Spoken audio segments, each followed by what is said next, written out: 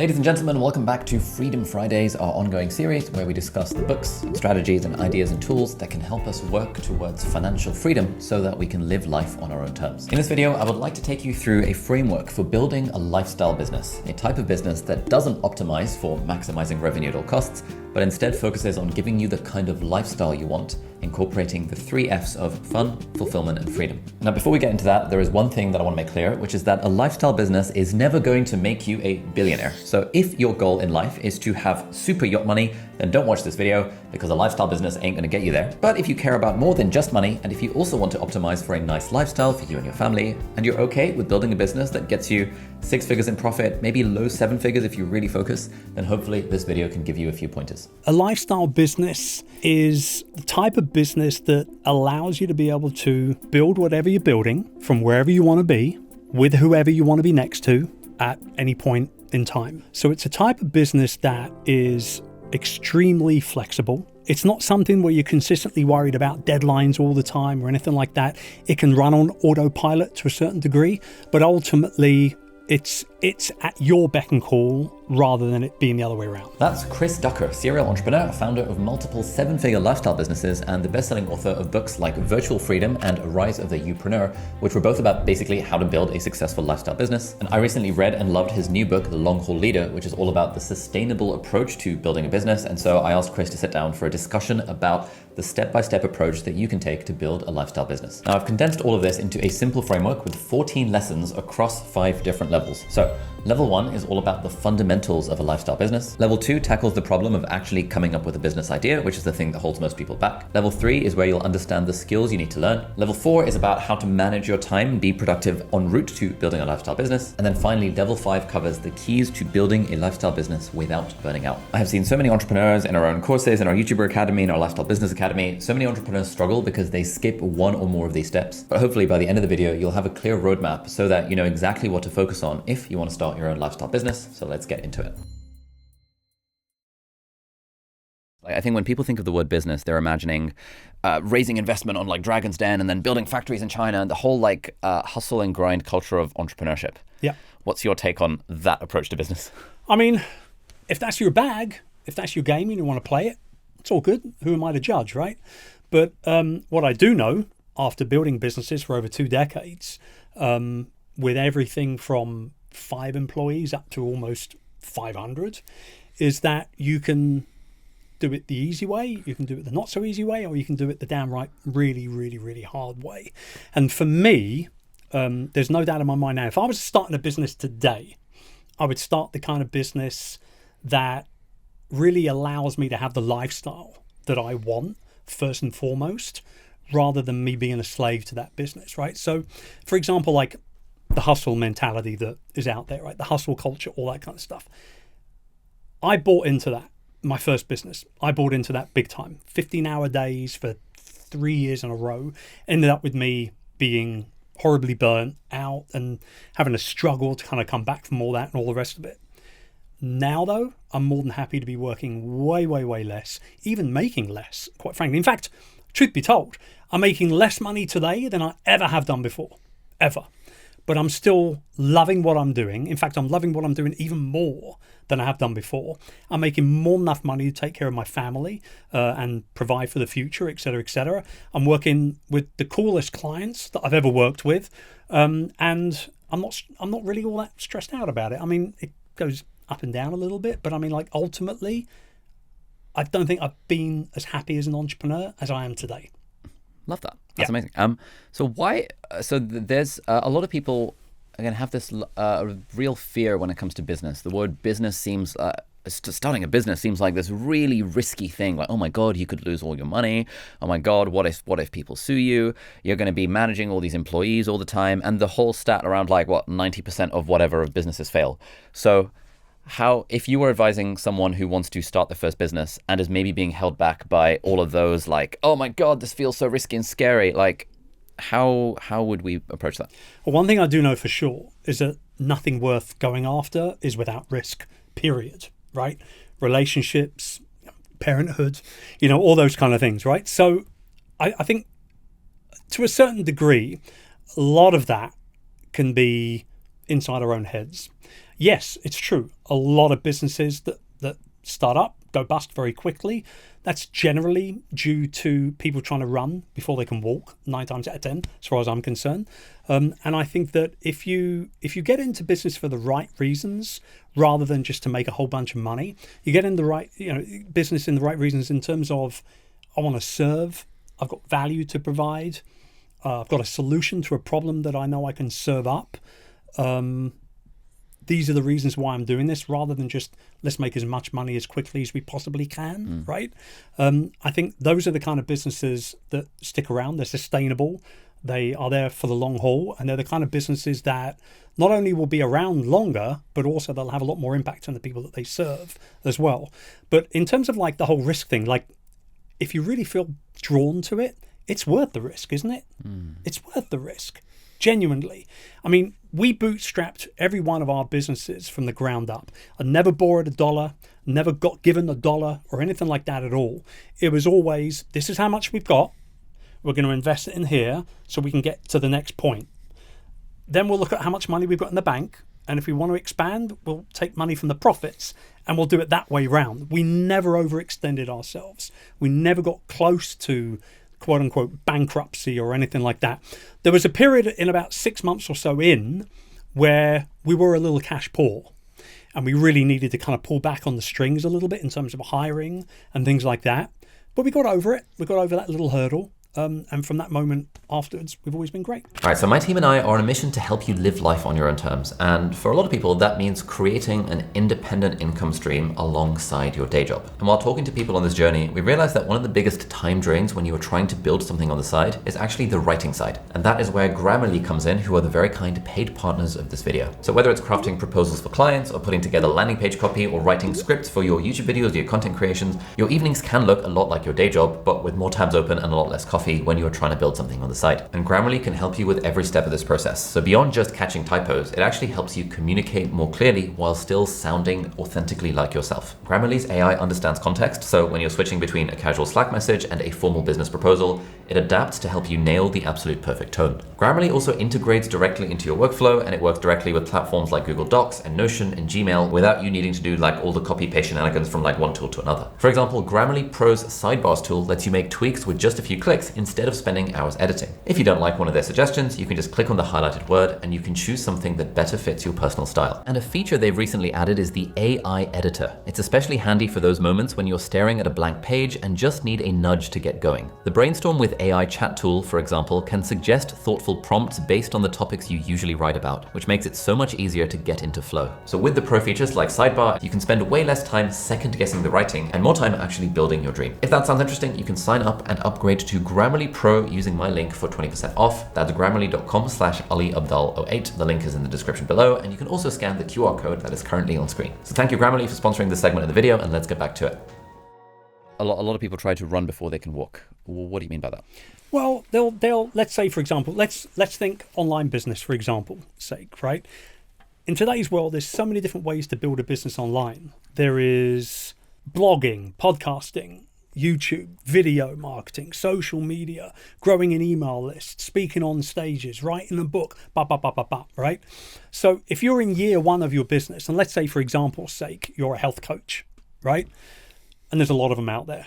But let's say you're a health coach, and in year one, you start a YouTube channel, you start a weekly email newsletter, you write a book, and you want to get on as many stages as possible.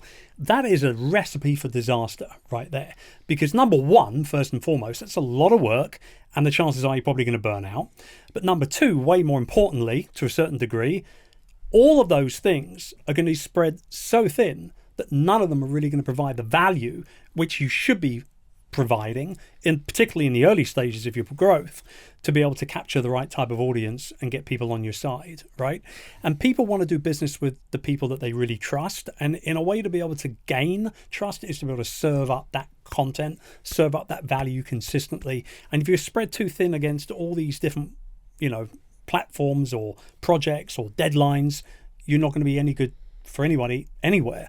And so I'm just a really big believer of like doing one thing to completion. Like we say, I'm going to multitask. I'm going to multitask these 3 projects that I'm working on. I'm going to work on all 3 of them at the same time. That doesn't work. Multitasking is a myth. It doesn't work. I haven't seen anybody work on more than one thing at a time really successfully, even if they've got big teams in place. So work on one project to completion, move on to the next one, and do likewise.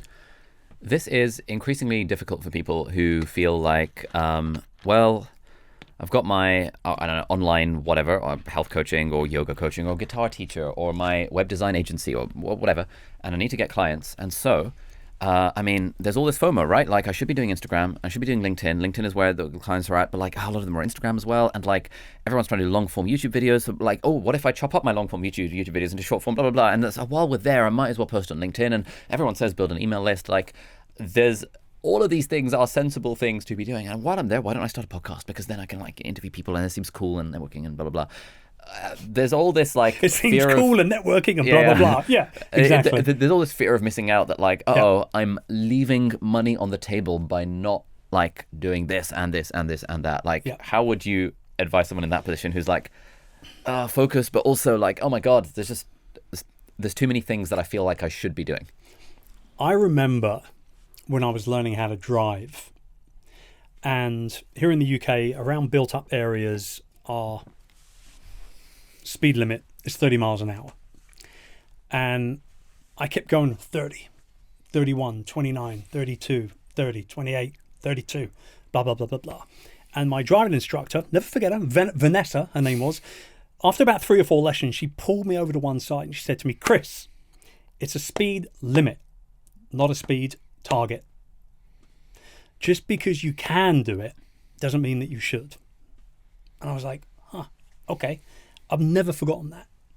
And I use that as an analogy, a story, whatever, example, whatever you want to call it, in this sort of type of situation, because just in case anybody's like, messed up a little bit here and things are a bit cloudy in terms of what they should focus on or not. The fact of the matter is that just because you can start a podcast and a newsletter and put together a group coaching program and launch an online course and be present on all the socials 5 times a day, just because you can do that, because we can, doesn't mean that you should.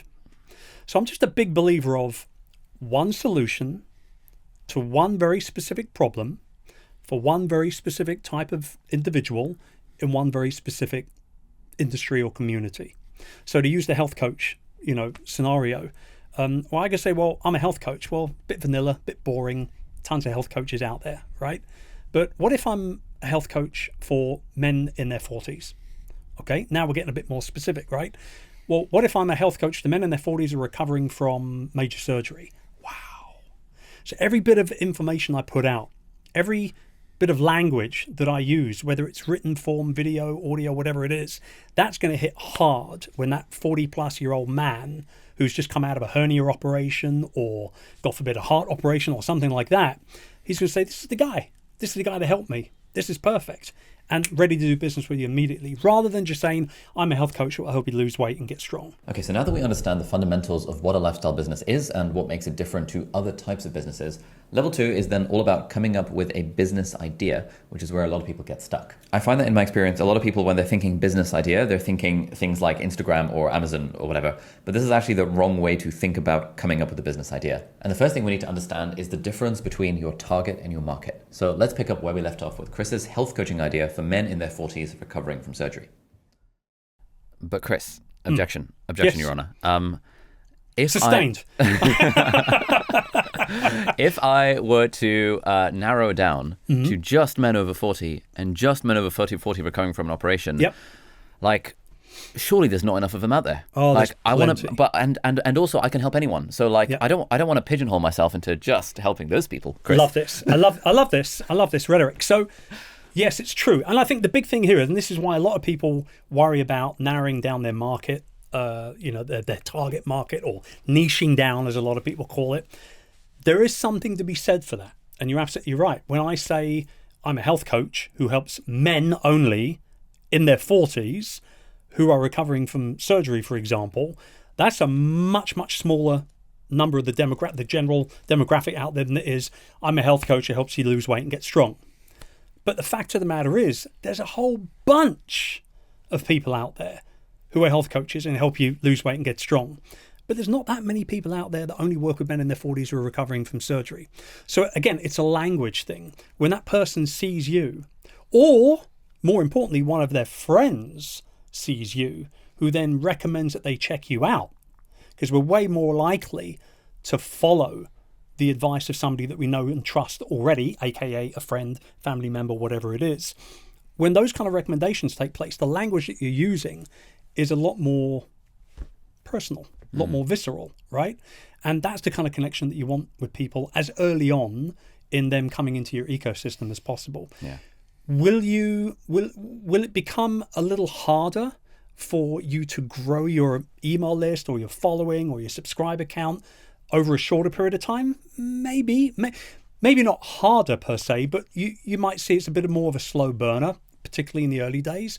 But I guarantee you, by serving a very direct part of a very direct community or industry, you will make money a lot easier in the long run. Now, one of the most counterintuitive truths in business is that the more specific your target, the broader your actual market becomes. And you can think of it kind of like archery, right? If you imagine an archer, they're not aiming for like somewhere over there, right? They're aiming for a target. They're aiming to hit the bullseye of the target. And the reason you aim for the bullseye is that because even if you miss the bullseye, at least you're going to be in the general vicinity of the target itself. But if you aim for anywhere on the wall, or like, oh, my market is anyone who'll pay me, that's sort of like, oh, I'm just going to fire arrows in that random direction and hope they hit something good. And if you have that approach to business where you're like, oh, my target market is literally anyone, then you're making life incredibly hard for yourself. But when you aim for a very specific bullseye, like, you know, rich men in the US in their 40s recovering from surgery. When you aim for something that specific, then something really interesting happens, which is that firstly, your message really resonates with rich men in the US in their 40s recovering from surgery because your message is so targeted to them. But also, as a result, you naturally reach a wider audience as well. So maybe slightly older men, or maybe slightly younger men, maybe men with similar challenges. Maybe it might be women trying to recover from surgery as well. And this is one of those immutable laws of marketing from that book, that however many immutable laws of marketing, which is that the target is not the market. The target is the aiming point that allows you to hit a broader market. Now, if you're enjoying the video at this point, you might be interested in something new that my team and I are cooking up called the Lifestyle Business Academy, where we're trying to build basically an online business school for lifestyle entrepreneurs. And our first product is a 12-month mentorship package where the idea is that we'll help you build a $100,000 a year lifestyle business in under 12 months, guaranteed. Yes, exactly. We're guaranteeing that particular outcome. If you're interested in learning more about what that involves, there'll be a link in the video description. Yeah, one thing I often say to people, I find myself asking that, like, hey, if you were hiring a photographer for your wedding, would you hire a photographer or would you hire a wedding photographer? Everyone's like, well, obviously I'd hire a wedding photographer. And wedding photographers can charge way more money. Just slap the word wedding onto the thing and you can just like 10x your prices compared to a general photographer. So I think, like, in a world where there was only, if there was only one person in the world who was a photographer, then yes, you would just be a photographer. Right. But in a world where there's like 5 zillion people that are photographers, you really have to niche down if you want to stand any chance of getting any sort of cut through in the market at all. So I've got a great example, personal example, personal story I can tell on this. So about 4 years or so ago, I burnt out pretty hardcore, and my naturopathic doctor, who I was working with on gut cleansing and supplementation and diet and all that kind of stuff, she said to me, you need to get out into nature every single day. Your stress will drop through the floor, et cetera, et cetera. So I went out and I started just walking in the local woods close to where we live. And I noticed that when I was out and about, I was noticing all these birds and other types of wildlife. And I told my wife about it, and she was like, well, next time you go out, why don't you take that old DSLR that we've got bouncing around that we only ever use for bloody birthday parties and Christmas, and like take some photos of these birds? Okay, fine, I'll do it. So I did it. Now I'm the guy that walks around with a 600mm wildlife lens. I've become an amateur wildlife photographer. Now, here's the thing. I've never really used cameras all that well at all, right? And certainly my knowledge was very, very minimal. So when I wanted to become a better wildlife photographer, what do you think I looked for online? I looked for a wildlife photographer that could teach me how to zone in the settings on my camera, and actually even go one step further. The camera system I use is the Olympus system. So I went to find an Olympus wildlife photographer, not just a wildlife photographer, because I wanted to be out in the field learning how to take better photos of these birds and squirrels and all that kind of stuff, but with somebody who was used to using my actual camera. In one day, it cost me £350 to have this guy by my side all day long from about 7:30 in the morning through to about 2 p.m. And in one day, I sped up that learning curve. I eliminated the learning curve, actually, by learning all about aperture and ISO settings and how to get my photos sharper and shutter speeds and all this kind of stuff, which were incredibly important for me to be able to take great photos of these subjects. Could I have learned it all on my own? Yeah, probably. How would I have done it? I would have maybe watched a bunch of YouTube videos or maybe looked at some handbooks online or something like that. But the period of time it would have taken me to get to where I was by the end of that afternoon with Adam, giving him a name drop now as well, that would have been much, much, much, much longer. Months and months and months, if not years maybe. But in one day, because he was a Olympus wildlife photographer, I was able to speed up everything. So it's the perfect example. One thing that I have found surprising is I've been in a couple of events in Hong Kong talking about, like, you know, how to start your first business and stuff. And one of the things I wish someone had told me when I got started was that don't think of it as like business ideas. A lot of people are like, I don't have any ideas. And I like to think of it as like sort of person, problem, solution, or like, you know, who is the person that you can actually help achieve some kind of transformation, and then your business is the vehicle that helps them with that. And that idea seems like mind-blowing to people. Like, we've seen people in comments being like, whoa, I've never thought of it as like person, problem, solution, you know, that kind of thing.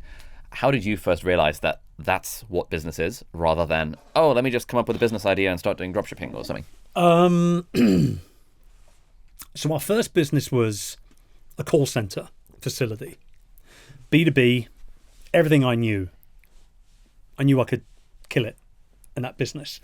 And although we had that little hiccup, that 6 months in, when we were a little cash poor for a bit, it only lasted for a month or two. When I really realized the people, what was it? You said people, problem, solution? Yeah, or like, you know, just like really, really solving someone's problem is the thing. Yeah. When I really realized that was in 2010. And I was blogging, because blogging was a thing you did in 2010. And at the time I was blogging a lot about virtual team building, VAs, that kind of stuff. And somebody who commented on one of my blog posts, I'll never forget, his name was Michael, and he had the little Johnny Bravo cartoon character image for his kind of gravatar, whatever they called it back in the day, which would be next to his name. And he said something to the effect of, this all sounds great and everything, Chris, but, you know, I'd love to be able to hire a VA to help me with my business. I'm a solopreneur. Few years in, you know, I know I could do with a few extra hours on my hands every day, but there's no one I could really trust to help me find a VA properly. Like, if there was somebody I could trust where I would invest in that, like, that would be the easiest money that I would spend all year if somebody could solve that problem for me. So I was like, ding dong, entrepreneur alert kind of thing. 2 weeks later, we launched virtualstafffinder.com, which was a one-page website. And it was, we can help you find great VAs in the Philippines. Click here to buy now. And the very first day we put it out there, we had our first order. It was a doctor in LA. Can't remember what industry he was in now, but and you know, here we are now. Virtual Staff Finder was acquired last year by a company called WorkPod. I mean, in the 15, 16 years that we were serving people, I think we had something like 9,000 VAs hired. Very specifically. It wasn't the best business model. We made a ton of money, but it wasn't the best business model because it was a one and done scenario. Are you time poor? Are you stressed out? Are you an entrepreneur that needs help? There's your person. A VA in the Philippines who is used to doing these things for you is available. We can help you with that. Match.com, that was us in the middle, right? And we did that really, really, really well. And a whole bunch of people came into the industry trying to copy us. Nobody could do it. because number one, we were based there. We had offices there. We had facilities there. We would hold training events for VAs and everything else. But number two is they start trying to go in too many different directions. We can help your VA do this or do that, and there's a course and all this. We just did one thing really, really, really well for all those years. And we just solved one very specific problem. And that was, I'm stressed out. I'm overworked. I need to find a VA. I don't know where to look. Help. And we were there. Okay, so if you want to make money on your own terms, the good news is that all of the skills you need are totally learnable. You don't need to be world class at any of them, especially when you're just starting out, but your earning potential basically comes down to a simple formula of like the amount of money you can make is a product of your productivity skills multiplied by your craft skills multiplied by your business skills. Now we're going to talk about productivity skills in level 4, but level 3 is all about the others, the professional skills and the craft skills. And let's start with professional skills. A lot of people love this idea of being able to start a lifestyle business that gives them fun, freedom, flexibility, all that kind of stuff. But let's say they're in their 30s, they've been working, I don't know, a bunch of corporate jobs since they graduated university. So maybe they've got like 10 years in the workforce, and they will often think, oh, I have no skills. I have no skills that I can turn into a business. Like, oh my goodness, I don't know how to code. So like, how would you coach someone who's in that situation? The exact opposite couldn't be any more true, actually. If you've been doing anything for 10 odd years, you're probably pretty good at a number of different things. You're just not aware of it due to the fact that you're too close to it. And the easiest way to figure out what people come to you for is to exactly look at what people have come to you for. How can you help people the most? The answer to that question is, well, what do my friends come to me for? What are my coworkers, my peers, my contacts? What are they coming to me for over and over and over again? And if you look closely at those relationships, those asks from those relationships as well, hey, can you do me a favor? Hey, can I get your advice on? Hey, have you got time? Can I pick your brain? That kind of stuff. That's what you can start off with. It might not be the business forever. Let's clarify that, because pivots and changes are very, very normal, right? We know that. You've pivoted several times. I've pivoted several times, but it can be the start. And that's the most important thing. Instead of just getting stuck in the mud and not doing absolutely anything because of fear of screwing it up or not being helpful enough or whatever the case may be, all those fears, push them aside. Look at what people have asked you for help on in the past. Start with that. You've probably got way more skills than you think you do. Okay, cool. So that was professional skills. Let's now look at craft skills. We have a bunch of students in our kind of lifestyle business academy who are trying to find their niche. And you know, there's a lot of them that have professional skills that they use for work, that have already been hired for to help businesses make money. Yep. That's very easily monetizable.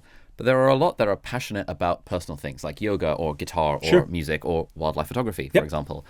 And they always worry that but there's no money in wildlife photography, or there's no money in teaching photography because it's so saturated. And what I would say to them is like, there's no money if you're trying to teach photography to like kids or like students who don't have any money. But imagine, like, the analogy I sometimes use is like, how much money do old rich men spend on golf?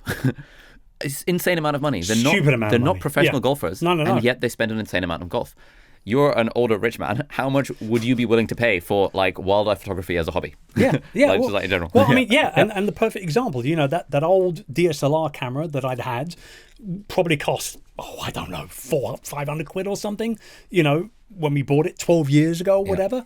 But within 2 months of using it every other day, I went and dropped $4,500 on a brand new camera system and didn't think twice about it. And it's not your job. You don't have an ROI. You're not making money from it, but you're a good target market, right? I.e., wealthy older man wanting hobbies, and so you're willing to bet. Well, the other people thing spend is, on their hobbies. You know, and let's keep with the wildlife photographer thing for a minute, right? So, if I'm in that industry and I'm thinking, well, Nat Geo isn't calling me for the cover shoot on a monthly basis. The BBC might want to work with me every 3 years for Spring Watch. But, like, you know, how am I going to make my money? Well, I can tell you right now, there's a whole bunch of different ways. Number one, you can work with people like me. Number two, you could create prints and sell them, limited edition prints.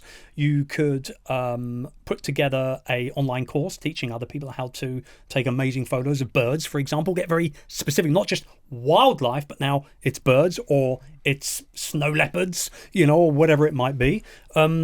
You could even go to the point where you put in play a physical service. So let's say I know somebody who's got a whole bunch of land and there's a beautiful woodland area. Maybe I converse with that guy and say, hey, I want to build a wildlife photography hide on your land. I'm going to charge £200 a day. I'm going to keep the place spotless. It's going to be great. I promise I'll look after it and all the rest of it. Just need to build a little shed, cut some holes in there. I'm going to charge people £200 a day to come and spend the entire day in the hides. And I'm going to give you 20% perpetually. What do you think? Now I've got another service I can provide. There's a lot of different ways you can skin any cat in any industry. It's just about trying to open up your mind and think about it properly.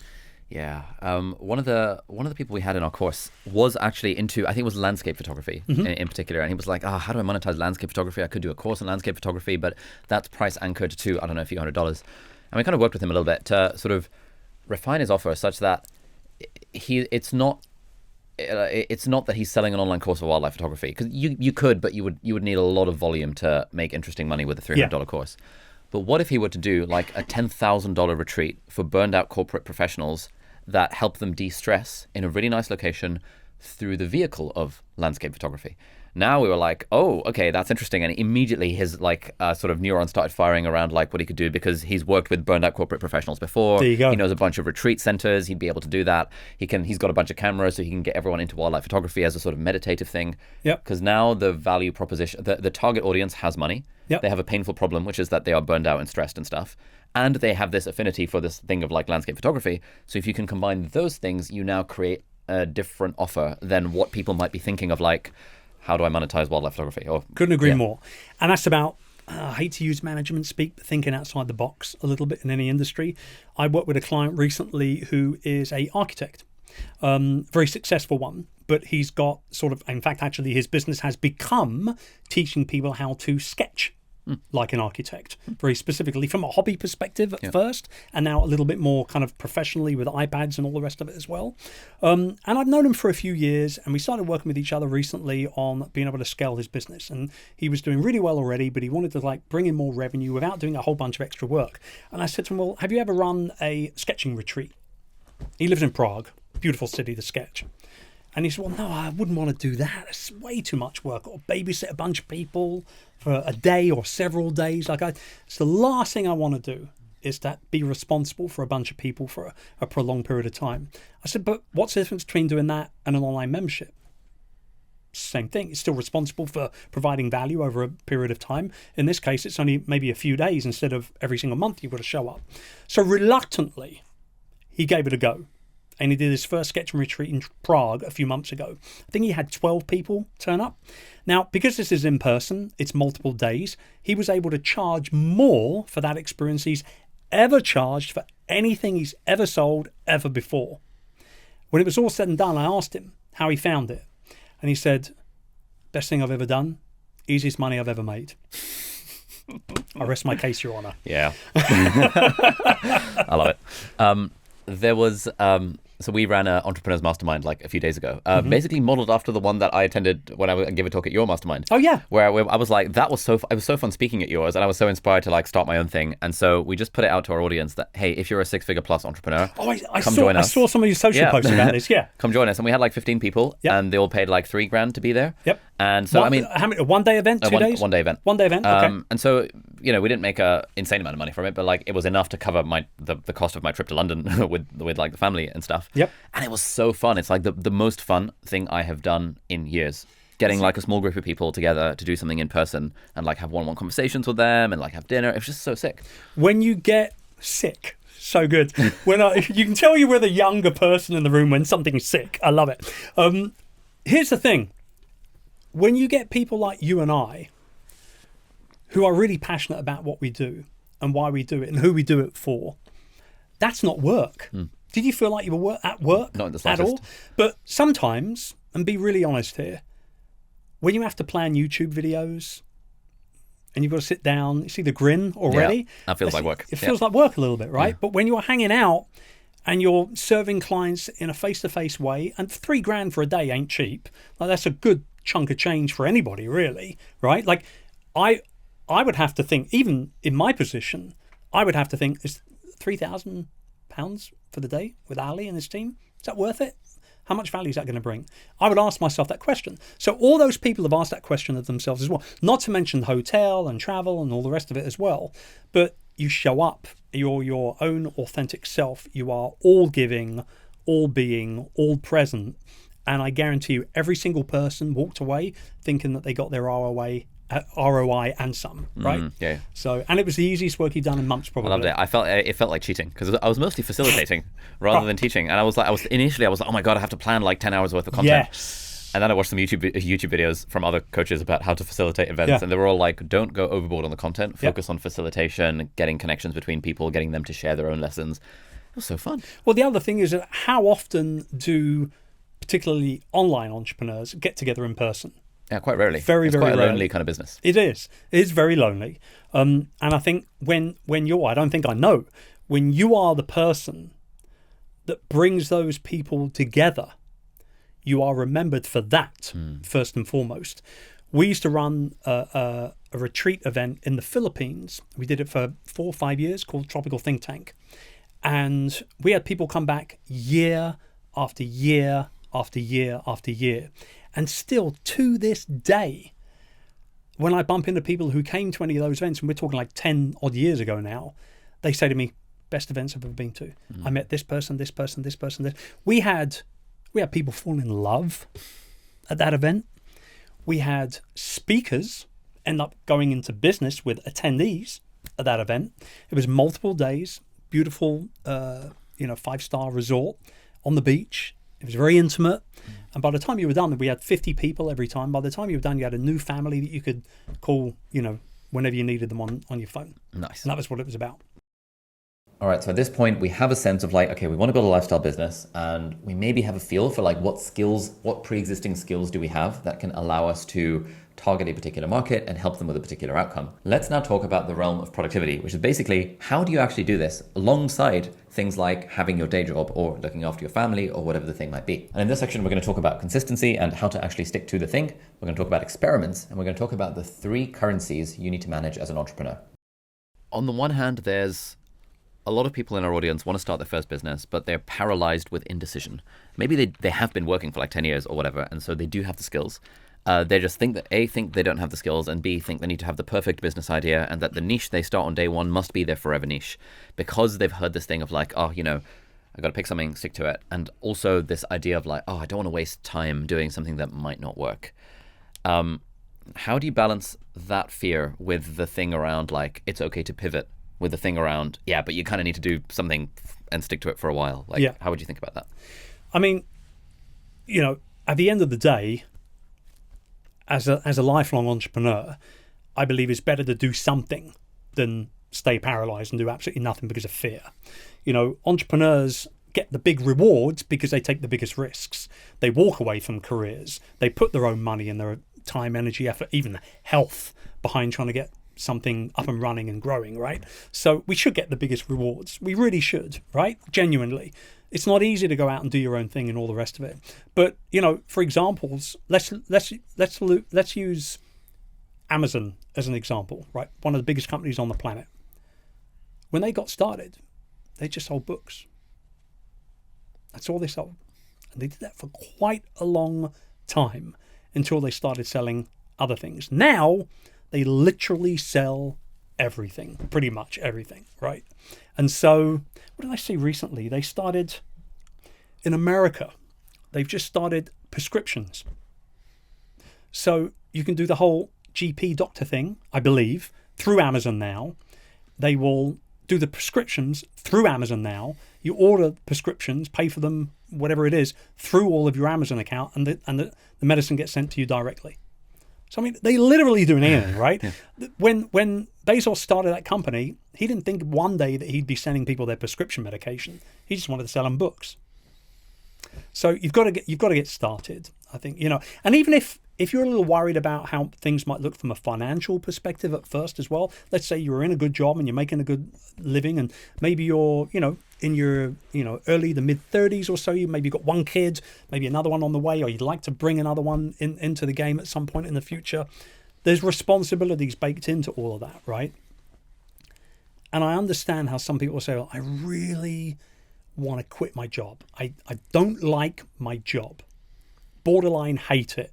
I've got this great idea to sell this widget to this particular type of person, but I'm really scared that if I shift over to doing that and it doesn't work out, how am I going to look after my family? How am I going to provide?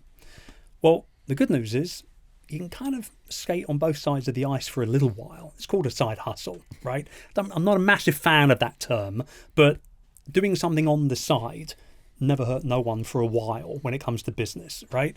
Because I remember I started my side hustle when I was in a full-time employment. I was making great money at a publishing company, but I was also a really big fan of Hong Kong movies. And so, I know this is out of left field for you. We've not had this discussion at any point of us hanging out. So, mid-90s, I was a big Hong Kong movie fan. No way. Yeah. I mean, like Bruce Lee is my lifelong hero. So in the mid-90s, I started a magazine called Hong Kong Superstars. Why is he laughing? I have no idea about this. No, why are you laughing This is so so hard? random. You almost spat his coat out. It's random, Yeah. but there's a point to it. Stick with me here. There's a point to it. So in the matter of about 18 months or so, I went from being just a Hong Kong movie fan with a full-time job at a publishing company to then launch my own website, yes, in like 95, 96. And being able to slowly but surely, and I remember that the catalyst was I started writing for a martial arts magazine, very specifically about Hong Kong action. I think that the column was called Action from the East or something like that. Nice. Pretty catchy monthly column. And so I started writing about the movies that I was watching and why people should check them out and all this kind of stuff. Slowly but surely, I launched my own magazine called Hong Kong Superstars. Then I started traveling to Hong Kong to meet up with actors and actresses and directors and producers who worked on the movies. And then I started bringing those actors over to the UK for movie events. We'd do double bills. We had people like Jet Li came and did an event with us. Jackie Chan came over. We were involved with Jackie Chan's event when he launched his movie Rumble in the Bronx. I think that was in 97, I think, 98, something like that. So what I'm getting at here is all of this was going on at the same time as me working full-time. Did I ever get it to the point where I could leave the full-time job? No, I didn't. We did make a bit of money out of it, but it was up and down like a yo-yo, right? But it was enough for me to catch the bug of doing something on my own. And even though I carried on in the corporate world for a while, I knew ultimately I was an entrepreneur deep down. I knew it deep down. And so it was enough for me to be able to just get going and try things out and launch things and create things and sell things and market things and bring a community of people together. We would sell out 250-seat cinemas for these double bills in London, you know, and people would come together, and then we'd see the same people come to the next event and the next event. Oh my God, I'm actually building a community now. This is cool. You know, so then we would go over to Hong Kong and we'd go to all the markets and we'd buy the VCDs and the DVDs and the posters and the postcards and the photos, and I'd meet up with the stars and I'd get them to sign everything, and then I'd bring them back to England and put a markup on them and sell them all. And we would do all these things. And it was all because of one idea that I wasn't scared to take action on. Yeah. This is great. Yeah. I have no idea that you had this. I know. I have a lot of stories I can tell you about Hong Kong, but not in front of the video camera. Nice. Excellent. A lot of people would be like I'm also a very firm believer in the fact that, you know, I'm a risk averse guy. I was never like, oh, I'm just going to quit my job and do the thing. Yep. I was always like, hey, I should be able to do the thing as a side hustle. I also don't like the word side hustle. It's got like some dodgy connotations. What would you call it? Let's talk about this for a minute. Can we talk about this for a minute? 100%. Well, I don't know what I would potentially call it. I would just call it I don't know, like a project or a thing I was working on. Like, have you got a better term for it? I've often played with like experiment. I'm just doing an experiment on this, like, you know, that kind of thing. One thing I like about this kind of lifestyle business definition of, like, you know, it's a business that serves your own lifestyle, is that no one says you have to work 40 hours a week for this. No. You could totally scale it down to 4 hours a week if you really want to. Obviously, if you're only spending 4 hours a week on something, it's probably going to go scale slower than if you're spending 80 hours a week on it, probably. But that's okay. Like, anyone can anyone can walk 26 miles. It's just a question of how fast, right? Yeah. If you want to, you can run a marathon and do it in like 2 hours. If you're like an absolute legend, you can just trundle it. You could do it over many days. Like, it's not that hard to get to 26 miles. No. As long as you're not wedded to the speed. Yeah. So I think similarly for a side hustle or for a lifestyle business, you can actually just do it at your own pace. Yep. And as long as you're not wedded to like, oh my God, I have to hit this certain milestone by this particular time, or I have to get it to 100K in revenue within X amount of months, then the fact that you're only doing it on the weekends and evenings some of the time when you've got nothing else going on, I think is a totally reasonable way of getting started. And you don't know what's around the corner, right? You don't know how that's going to potentially level up or scale up at some point in the future. Years ago, I worked with a client, her name was Francesca, and she was really kind of sick and tired of seeing her kids and other kids that she would kind of see on a regular basis just attached to screens all the time. And she was a big fan of journaling. And so she developed this little journal for kids called the Happy Self Journal. And it's blown up, and she's been in all the press, and she sold hundreds of thousands of these things, and now it's a full-time thing, and she distributes in multiple countries and multiple languages and all the rest of it. But it all came out of that one initial idea that she wasn't scared to just try. Yeah, and I think this is the key thing where it's like, if you're waiting for this dreamy idea that lets you suddenly quit your job with complete conviction, it's literally never going to happen. Yeah. It's just not going to be a thing. Yeah. Like a lot of the people that, you and I speak to who have gotten into business, who are financially free, who are living the dream lifestyle, they started stuff on the side, they had a bunch of pivots, and eventually they found something that worked. And then once they validated that it worked and it was able to give them security, at that point they decided to quit their jobs, rather than the whole like, I'm going to drop out of university at the age of 17 and just like make it work in my grandpa's garage. Or that's like, we hear the stories about that in the media, but we hear them because they're unusual. Yes. We don't hear the story of like, you know what, I was working a corporate job. I decided I was going to learn how to do websites because I like the idea of like graphic design and stuff. I got a few freelance clients on the side, and then eventually built my own like very small boutique web design consulting firm or like web design agency. And now I'm making 6 figures doing what I love. No one's ever going to write a news report about that because, quote, only making £300,000 a year doing what you love through this boutique web design agency that lets you work 20 hours a week. For a lot of people, that's a dream, but it's not sexy enough to be in the media. But I'm a big believer now that is going to become more and more and more normal. I think post the pandemic, people's mindsets are different to what life is like, what it can be, so on and so on and so on. I mean, I know I've worked with thousands of people in the last 15 years of coaching and speaking and running events and all the rest of it. And I can tell you, actually, I had one conversation with a client about a year and a half ago who said that she was doing about £500,000 a year, pounds. And she said, you know what, I'm kind of okay with this. Don't need to make any more, but I want to work a lot less. So that's my mission for this year, Chris. How do I make that happen? So we went through systems and processes and delegation and all the rest of it. So she brought her hours down from about 50 a week to about 25, 30 a week. So we cut it almost in half, still making the same kind of money. So that's a lifestyle business now, right? The type of business where on a Wednesday afternoon, you can go do a movie double bill with your partner, right? Or as my wife likes to pull me into the yoga studio on a ad hoc basis. You haven't been in the yoga studio for a few days. Come on, let's, that kind of thing, right? Or if I want to go out for a walk with my son, like right now we're shooting this in the middle of the summer holidays here in the UK. My boy's 16.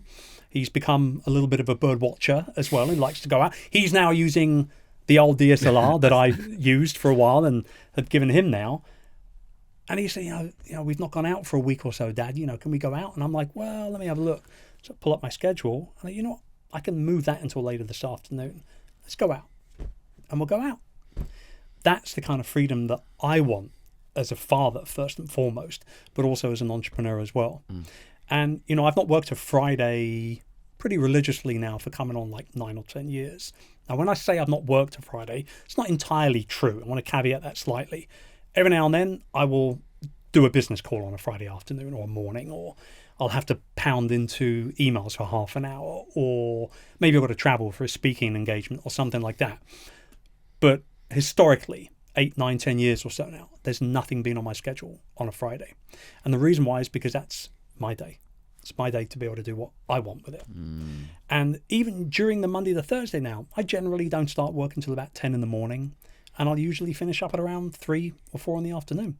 So I'm working way, way, way less. As I alluded to earlier, making less money than I used to make when I was, running big, multi-million-dollar businesses, but never happier, never feeling more content with what I'm about and what I'm doing and who I'm doing it for than I am right now. And that, I think, is more powerful and it's more important in today's world than it has been for a long, long, long, long time. Yeah, this is why I like to think of it as almost sort of this triangle of like, yes, you've got financial freedom on the one hand, but there's also time freedom and creative freedom. And I think a lot of entrepreneurs in particular almost over optimize for the financial freedom side of it. I was like, oh man, if I just do 100-hour weeks at this like startup, then maybe I'll sell for 100 million and then I'll be financially free. And then they write blog posts being like, I've just sold my company for 100 million and now I'm depressed because I have nothing to do. And they try and find another business, or they start writing books and starting YouTube channels. It tends to be the two kind of paths here, or they do like spiritual enlightenment or whatever. But what I like about the whole lifestyle business thing is that you recognize that actually sometimes it's okay to leave money on the table for the sake of time freedom and for the sake of creative freedom. Yeah. You could be making more money if you worked Fridays, but you don't care. You'd rather make a bit less money and live the life that you want. Yeah, exactly. And that's okay. You should be absolutely fine with that. That's not something that you should lose sleep over. It's not something that if your friends, jeer at you about, that you have to pay much attention to them. Maybe get some new friends. I don't know. Like, your friendship group, the people around you, they should support you, not necessarily kind of poke fun. So let's say when you're working in publishing and you're doing this sort of magazine stuff on the side. Yep. Some people would be like, oh, I'd love to do something on the side, but when I get home from work, I just don't have any energy. Any thoughts? Well, that comes down to recovery. And I think, and we were on the train today, coming to the studio, and I observed a few different people on the train. And I noticed that there was one lady who was working on a PowerPoint presentation, 7:30 in the morning on the train. There was a guy who was like this, completely out. And then there was another lady, I believe, on to the right, putting on her makeup and replying to emails on her phone and things like that. Our work day in the corporate world has gone from 9 to 5 to probably around about 7 to 9. A lot of it is because of our devices that we're carrying around. But I think also a lot of it has come down to a lot of companies are now, oh, well, you've got your phone with you. You can reply to a quick text message outside of office hours or whatever. Like before, and you're too young to remember this, but I remember it very explicitly. When I left the office, I didn't do any work until the next morning when I was in the office. Didn't do it because there was no way to do it. I didn't have a laptop. Didn't have a company phone or anything like that. There's no way my boss could call me, and ask me to do something, let alone sit there doing a PowerPoint on the train, while I'm trying to eat a muffin and swallow my second coffee of the day. Like, there's no way I could do that. Things have changed now. And that comes down to managing your energy. And I used to say that time is our most valuable commodity as an entrepreneur. I'm going to retract that now, Your Honor. And I'm going to say that energy is your most important commodity as an entrepreneur. Because without energy, you're no good to anybody, right? So the question then I would say is, well, I'd love to be able to work on my side thing when I get home, but I don't have any energy. I would start looking at lifestyle. What are you doing to capture more energy, convert more energy, create more energy? Are you eating properly? Are you moving your body properly? Are you getting a proper, 7-8 hours of sleep each day? Are you supplementing properly? How bad do you want it? I'm not going to go into the hustle mode here or anything like that. And there's nothing bad with hustle. Hustle will be required, but hustle's a season, not a lifestyle, right? As we say. So, you can only hustle for a certain period of time before the tank runs empty. Then you're on fumes. What are you going to do now? Well, I've got to recover, right? But how bad do you want to work on the side thing when you get home? If you want to work on it really badly, you'll make sure that you eat proper food and that you won't, be too reliant on coffee or sugary things. You'll make sure that you're getting a good amount of sleep every night. Simple things, right? But unfortunately, because of that hustle mentality that we've been kind of force-fed, particularly in the last couple of decades, a lot of us aren't doing those things, and myself included. I've been there. I've eaten horrible diets and not looked at sleep properly and all those things. I'm not that man anymore now. Like, I'm in a totally different ball game now. I'm the guy actually who tells my wife to turn the light off at night because she wants to carry on reading and I want to go to sleep. Nice. Like it's 10:30. It's time for sleep. So and I was the guy who used to love to watch movies until midnight, 1 a.m. So how badly do you want it? Is the answer to that. Nice. Priorities. Now, being successful as an entrepreneur ultimately comes down to being able to manage these three fundamental resources of time, energy, and focus. And that's, to be honest, why I became obsessed with personal productivity when I was around 18 years old. Because I didn't care about productivity for its own sake, but I knew that productivity would help me on my goal to financial freedom. Like, if you're really good at managing your time, you're way more likely to get to financial freedom quicker than someone who's really bad at managing their time. If you, for example, do more of the things that give you energy, like going for a walk instead of scrolling on TikTok, you're going to have way more energy to build your business. And finally, if you have the skill of focus, of being able to just put your mind to a thing and focus on it and just do it for at least half an hour, that will get you drastically further ahead than people who are constantly distracted and really struggling to focus. And so this is why, if you're serious about becoming financially free and maybe building a lifestyle business to get you there, it's just really worth getting better at managing your time, managing your energy, and managing your focus. Side note, there is an app that me and my wife have recently released called Momentum Energizing Habits. It's available on iOS. There'll be a link down below. And that's an app that we build to try and solve the energy problem particularly, because a lot of us know what are the energizing things that we should do. For me, I know it's if I stretch, if I go to the gym, if I go for a walk, I'll get much more energy. But I really struggled in the past with consistency of actually doing those things. And so we built an app. It's sort of like a habit tracker with accountability squads built into it. And I've been super consistent for the last 3 months on my energizing habits, purely because now I have accountability with this app. Anyway, if you're interested, it's called Momentum. It's available on the App Store and you can check it out if you like. I learnt this term a couple of years ago. I watched a YouTube video about LeBron James. I'm a big Boston Celtics fan. So I don't like LeBron because he's on the Lakers. That's simple. But I respect LeBron James for the athlete that he is. Here he is, I think in his 17th season, or something like that. And this whole video was about how he keeps the main thing. He makes all this money through endorsements and business deals and investments and everything else that he does away from the game of basketball. But he is well aware of the fact that it's the basketball career that has been able to fuel all those other opportunities. So he keeps the main thing. And the message of this video was the rumor was he was spending $1 million a year on his body. So he would buy the cryo chamber and he would do the hyperbaric chamber for oxygen and red light therapy and personal trainer, personal condition coach, strength trainer, personal chef, personal dietitian, personal supplementation, yada, yada, yada, yada, yada, right? But the man has a plan and he's working the plan. And because of that, here he is now. I don't know how many seasons he's playing, but I know that he's a 40-year-old now playing like a 30-year-old in a league which has become more and more and more physical in the last 10 to 15 years, and he's still dropping 25 points a game when he's on. So there's got to be something in keeping the main thing. There's a couple of good books about this. There's Essentialism by Greg McKeown that elaborates on basically this concept of just do one thing and do it really well. There's also The One Thing by Gary Keller that talks about basically just do one thing and do it really well. And I speak to so many entrepreneurs as part of our Lifestyle Business Academy who are constantly trying to pursue multiple directions that I want to do this niche and that niche and this niche and this product and that product. And a lot of what I talk about when I do Q&As with them is if there's one piece of advice I wish someone had told me when I was starting out on my business journey, it's make the main thing, do one thing, do it really well. Once you're making $1 million a year from that one thing, then sure, let's expand the product lines and do multiple things. But generally focus is the way to get to financial freedom way quicker rather than doing all these different things. All right, the final level then, level 5, is all about how to stay in the game of business, because it's all well and good starting a business and getting it off the ground. But the real challenge is actually in staying consistent. Avoiding burnout and keeping your business sustainable over the long haul. This in particular is where Chris's book is really rather good. So if you are concerned about burnout, or if you're struggling with burnout right now, if you want to build your business from day one in a way that's actually sustainable rather than hustly and grindy, then you should definitely check out the book. That'll be linked down below as well.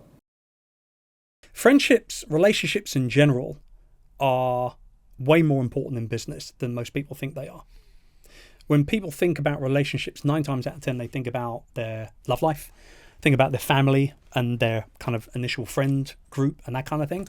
But I think I probably spent more time in the last 2 decades focusing more on business relationships in terms of the depth of them than I have done my personal relationships, because I don't need more friends. I've got lots of acquaintances, a lot of friends, but I don't need any more best friends. Like, I've got 3 or 4 really good close friends that I know that if I ever needed them in the middle of the night, they'd get on a plane for me, and vice versa, right? But from a business perspective, your Rolodex, to show my age here, is the one thing that you should never ever stop developing. Because when you need help from somebody who has been there and done it before, perfect example, let's say, for example's sake, I wanted to launch a brand new YouTube channel to start talking about a new project that I was launching or something like that. Who do you think I would call? My best friend, who I've known since I was 12 years old, that I played basketball with as a teenager, who I was at his wedding, who now works for LinkedIn, or you? Yeah. You see what I'm getting at? So the importance of those relationships should not be, it's not about using those relationships. It's about deepening those relationships in the right way. And when I write a book, for example, and I say to somebody like you or anybody else that endorsed this book, say, hey, can I send you a copy of the book early? And if you like it, if you could say a few nice things about it so I can include it to help kind of promote the book, that would be great. That's not using a relationship. That's going deeper on a relationship. Now you've helped me with something. If you need my help, I'm going to help you. It's going to be a no-brainer. And relationships should be treasured. They shouldn't be used. Yeah. No, I love that. I think this is one thing that I've really grown to appreciate even like more and more over time. It's just that like the longer you do business, the more this Rolodex of contacts develops. And so it's like, if someone is like, I'm 31 now, but if someone's like 40 and has been in the business has been in the game 10 years longer than I have, they've got a way longer Rolodex. And so for them, like, raising money becomes like trivial. It becomes like a week-long job because they know like 18 investors, so they can just message people on WhatsApp and within days raise a few million quid. Totally. Which is just completely unfathomable.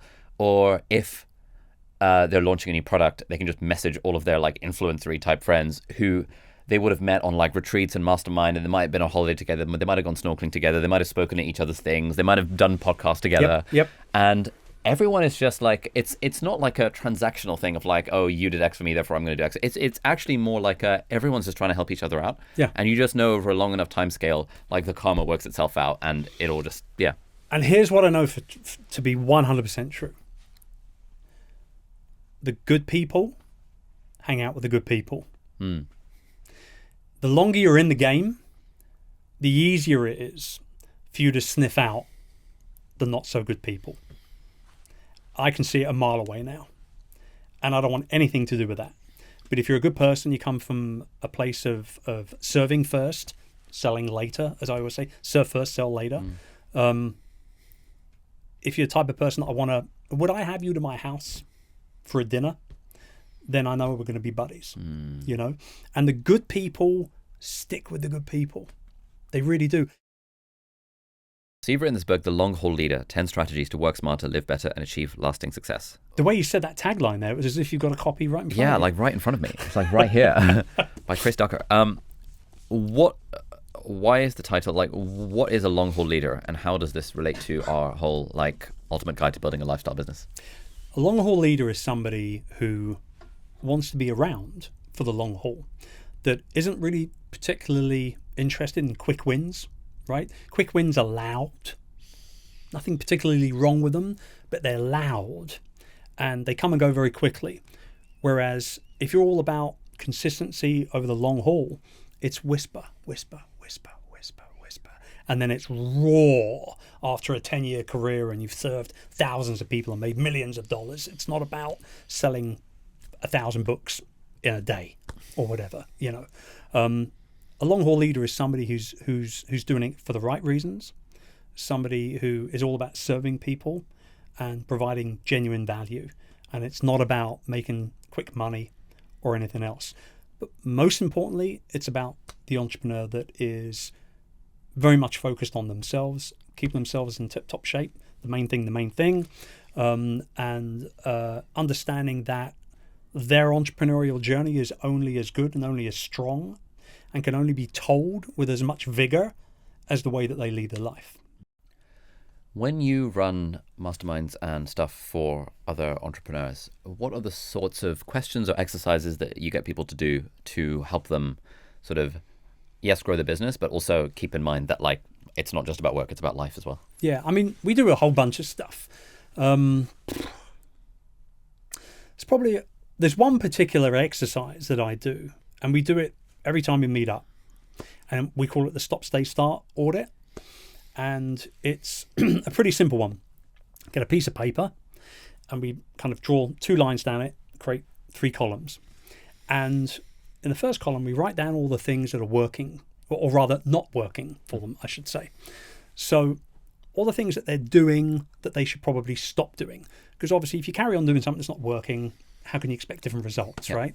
So that stop audit, what that does, it allows you, it almost gives you permission to be able to offload the things that are not bringing you joy anymore. I'm going to go very Marie Kondo here for a minute.